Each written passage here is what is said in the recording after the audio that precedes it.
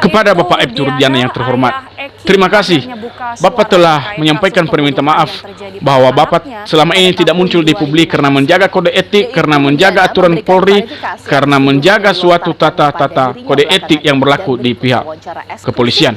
Oleh karena itu, bagi teman-teman, atas permintaan maafnya Bapak Aibtu Rudiana, maka saya menghimbau kewajiban kita untuk memaafkan seseorang jika orang itu telah meminta maaf kepada kita. Terkait dari permintaan maafnya Bapak Aibtu Rudiana, artinya kita harus memberi dia maaf supaya kita tidak berdosa, supaya kita tidak terhalangin rezeki kalau kita tidak memaafkan seseorang tersebut. Di balik itu teman-teman, terkaitnya permintaan maaf, namun proses dan peristiwa telah berlalu, dan juga laporan-laporan terhadap beliau yang ada dugaan yang katanya telah melakukan sesuatu perbuatan melawan hukum. Oleh karena itu, kita harus patut menghargai bahwa proses hukum itu harus tetap berjalan tanpa ada kendala satu apapun.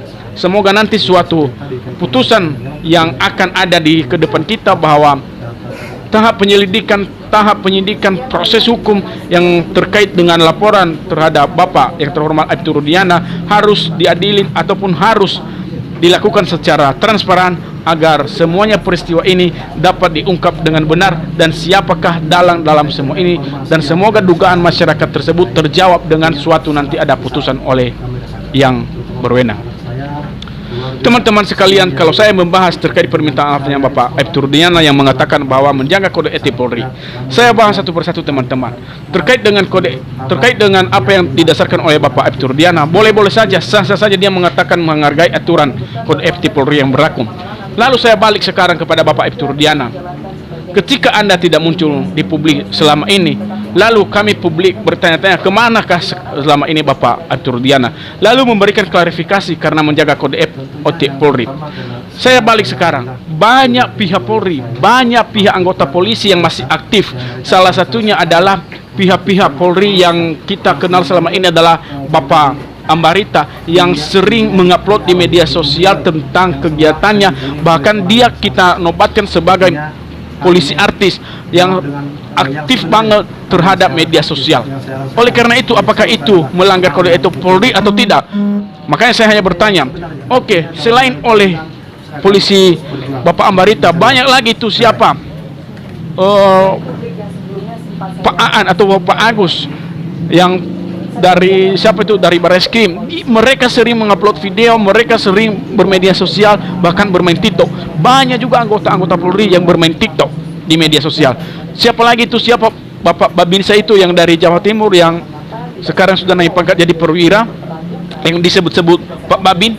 Dia itu juga kita nobatkan sebagai polisi komedia, dan banyak polisi lain yang selalu tampil di media sosial.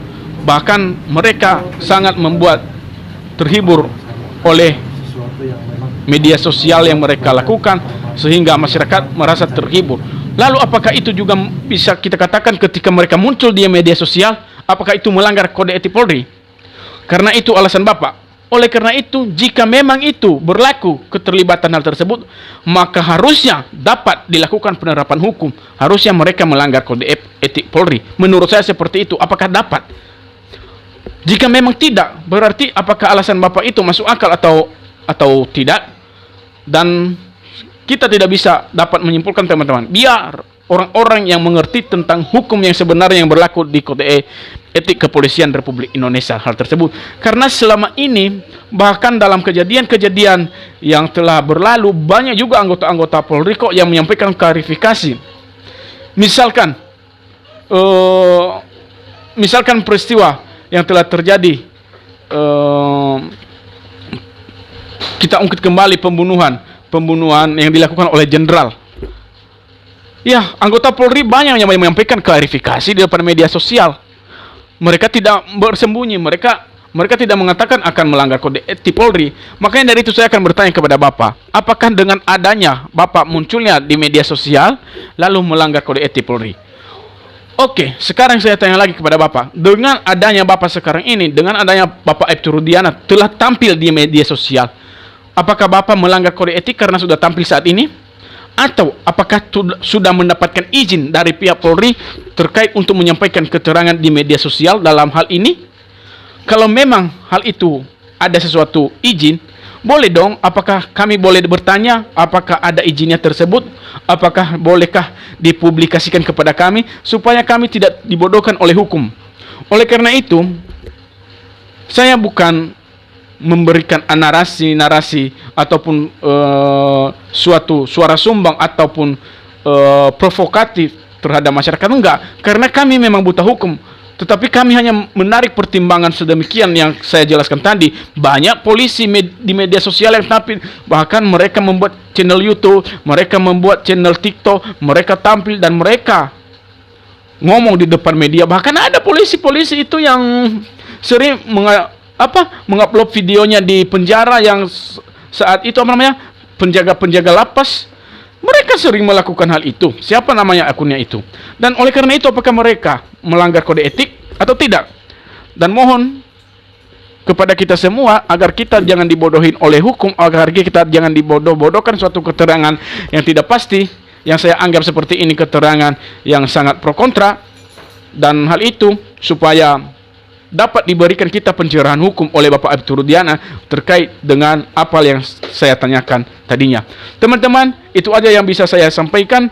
Dan terkait dengan apa yang peristiwa-peristiwa ataupun informasi-informasi selanjutnya yang mengatakan bahwa pihak kuasa hukum Bapak Aibtu Rudiana mengajukan sebagai sahabat pengadilan dalam sidang PK Sakatatal, nanti kita akan membahas di berikutnya seperti apakah, dan kita juga harus menggali informasi terlebih dahulu. Untuk saat ini, sekali lagi saya menanyakan kepada Bapak Aibtu Rudiana terkait pernyataan Bapak, apakah polisi-polisi yang selama ini sering bermedia sosial, baik TikTok, baik Facebook, baik YouTube, apakah mereka melanggar kode etik? Mohon dilakukan klarifikasi, dan bila perlu mohon diberikan kami pencerahan hukum Pak kepada masyarakat sipil seperti kami ini, karena kami tidak mengerti tentang hukum kode etik Polri. Demikian yang saya sampaikan. Terima kasih teman-teman. Mohon dukungannya, di share videonya supaya Bapak Aibtu Rudiana dapat membaca.